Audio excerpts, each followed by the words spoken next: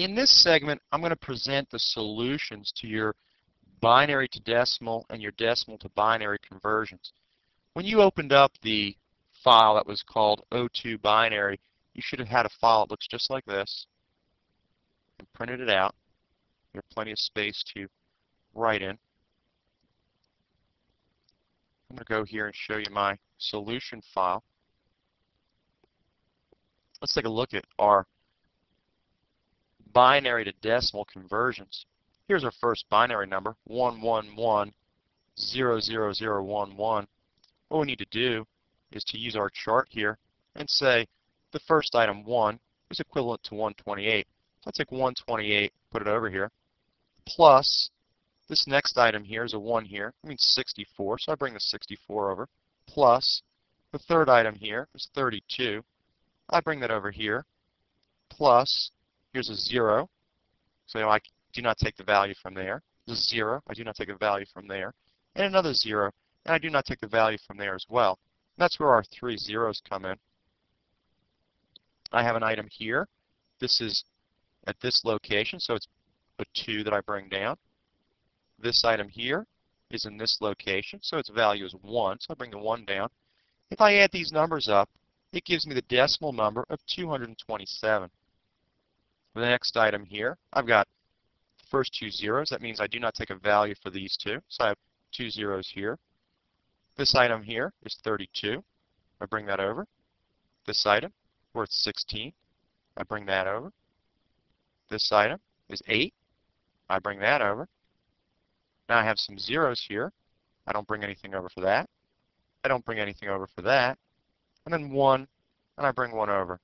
I add these numbers up, and they equal 57. To work through the next one, the first 3 items are zeros. The next item, I'm going to bring a 16 down, an 8 down, and then a 4 down. Then I'm not going to bring anything for the last 2. That's going to give us 3 zeros plus 16 plus 8 plus 4 plus 2 zeros. And this equals 28. We work our way down here. The next one, we have 128 plus 64 plus 32. I don't add my 16 in. I don't add my 8 in. I don't add my 4 in. But I will add my 2, and I won't add my 1 value. You can see why memorizing these numbers up here can make it very easy for you to make these conversions back and forth. And if you do plan on going for any testing, whether it's Cisco testing, Microsoft testing, whatever that's related to TCP/IP, be prepared to make these conversions. They're very important. So we add our numbers up, and we get our totals. And you can see the other solutions. And hopefully your solutions look very similar to this. Let's go down now and take a look at the conversion from decimal to binary.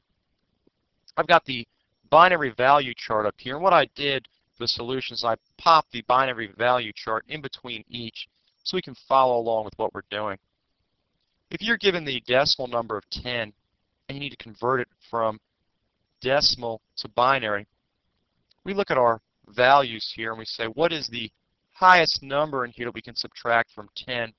We work our way up and we realize it's 8. 10 minus 8 leaves us 2.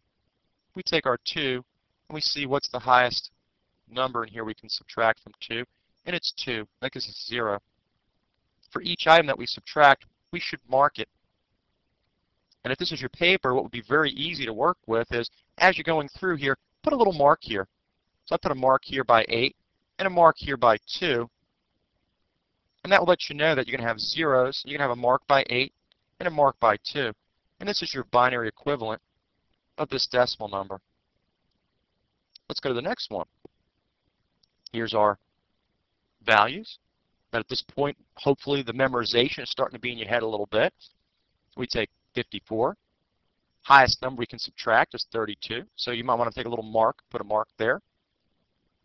That gives us 22 left over. And we take 22. We minus 16. It's the highest value we can subtract from 22. It gives us 6 left over. We have 6. The highest number we can subtract from 6 is 4. So we take 6 minus 4. Gives us 2. 2. The highest number we can subtract from 2 is 2. Gives us 0. So we had gone through and marked our 32, and then our 16, and then our 4, and then our 2. We'd have a binary number that looked like this. Next one, 227. Highest number you can subtract from 227 is going to be 128. So put a little mark right here. Then we have 99 left over. Highest number you can subtract from 99 is 64. Put a mark right there and subtract. Next item, we have 35 left over. We can subtract 32 from it. Put a mark there and subtract 32. It gives us 3. Well, we can't subtract that from 3. We can't subtract that from 3.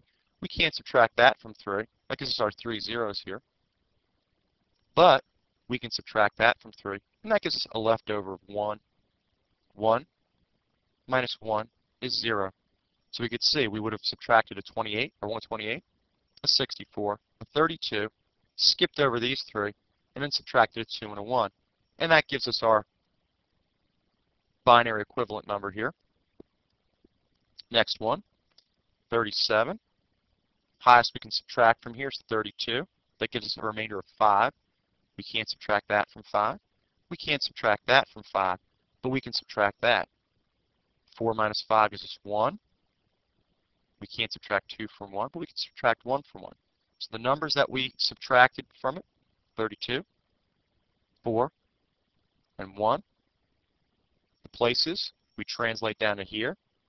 We got a 0 for the 128 spot, a 0 for the 64 spot.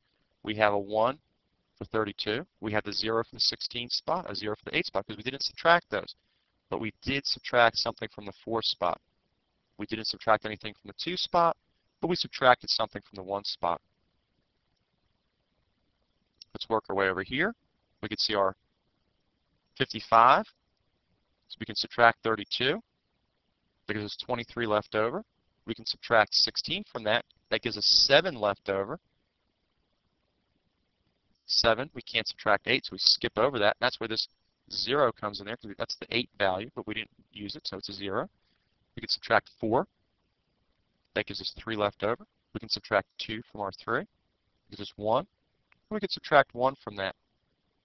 There's our binary conversions from the numbers that we actually subtracted. Then 47. We can subtract 32. We can subtract 8. We can subtract 4, 2, and then 1. And all the numbers that we use to subtract, we bring them down here. And then 52, we can subtract 32. That gives us a remainder of 20. 20 minus 16 gives us 4. 4 minus 4 equals 0. Hopefully your solutions look very close to the solutions that I have up here. And as you can see, it's just a little bit of thinking and just a little bit of memorization. We're only talking about memorizing these items here. The binary to decimal and decimal to binary conversion should be rather easy for you.